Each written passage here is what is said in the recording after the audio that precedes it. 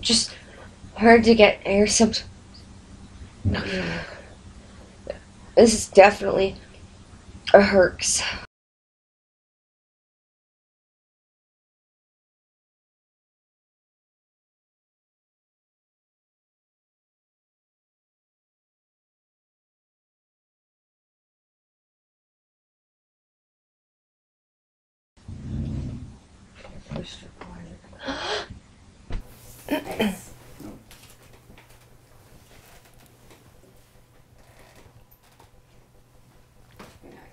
Good to go.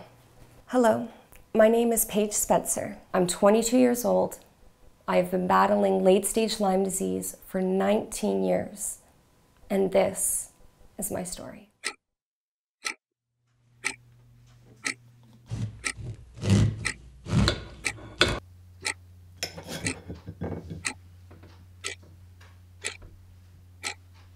I was diagnosed with Lyme disease in July 2013. We believe I came into contact with Lyme disease around the age of 4, but we believe it was around Rouge Valley Park because I spent a lot of time there growing up. Lyme disease is the fastest vector-borne and infectious disease growing, they say in America, I believe globally, but it is the fastest growing infectious disease and vector-borne disease right now. I didn't know how serious Lyme disease was when I was first diagnosed. I was just overjoyed that I finally had a diagnosis and I knew what was wrong with me. It wasn't until 2 months into treatment that I realized how severe this disease is and debilitating and how life-threatening it is.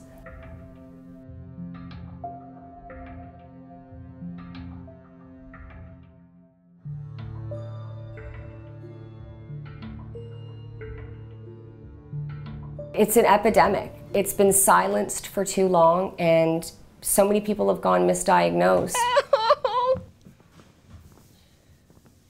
Oh, God. It's just to see her in so much pain, and when you can't, you know, you try everything, and you just want to take the pain. You want the pain to stop. You know, I'll give my life. I've made deals with God. I've made deals with Jesus that, hey, take me. You get tired of it when you see someone you love in so much pain every day. It's just like, why stop?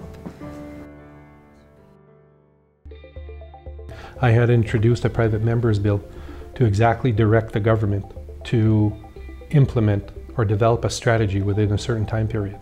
The bill basically fell on the wayside, and here we are 2.5 years later without a strategy. These tend to be ice. I met Paige through a Facebook post. I read her story in the paper, and then we just started talking. Then I heard her story. And what I mean, I heard her story, it came through here and it fell here. She's an amazing, amazing, strong woman. Paige is a true Lyme warrior. She's been fighting this not only for herself, but putting herself out there to let people know that you're not alone. There's others that are suffering just like you.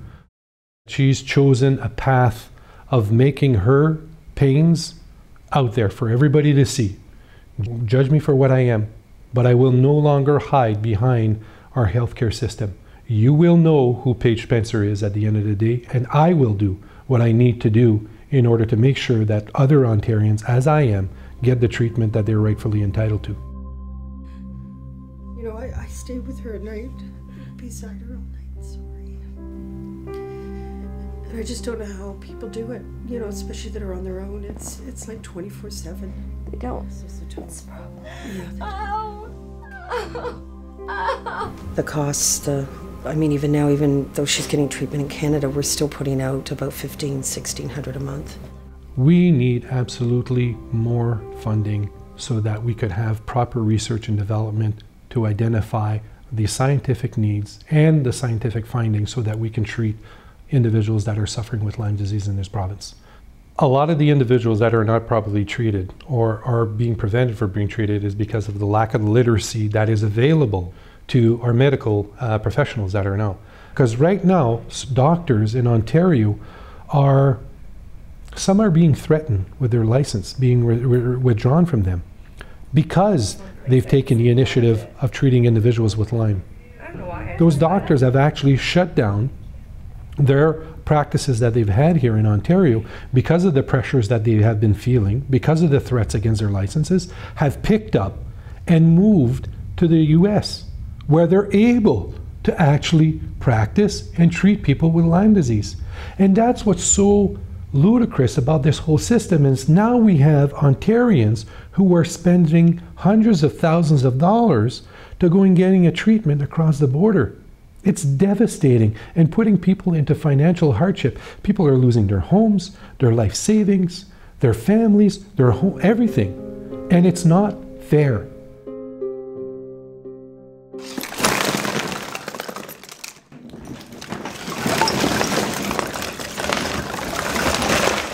This is all of my medications, supplements, everything that I've taken in the past year and 2 months. So a couple of these are, the antibiotics that I've been on, azithromycin, the yellow goo of death, which is Mepron. When my breathing has been bad, I've used different types of puffers, things to support liver function, especially with being on all this treatment. Different types of drops, both herbal, detoxing drops, all different types of compounding prescriptions, nystatin for yeast control from overgrowth of candida from being on antibiotics for long periods of time. This is my life in bottles. I made an ultimate commitment to the Lyme warrior family, and I'm going to hold firm to that commitment.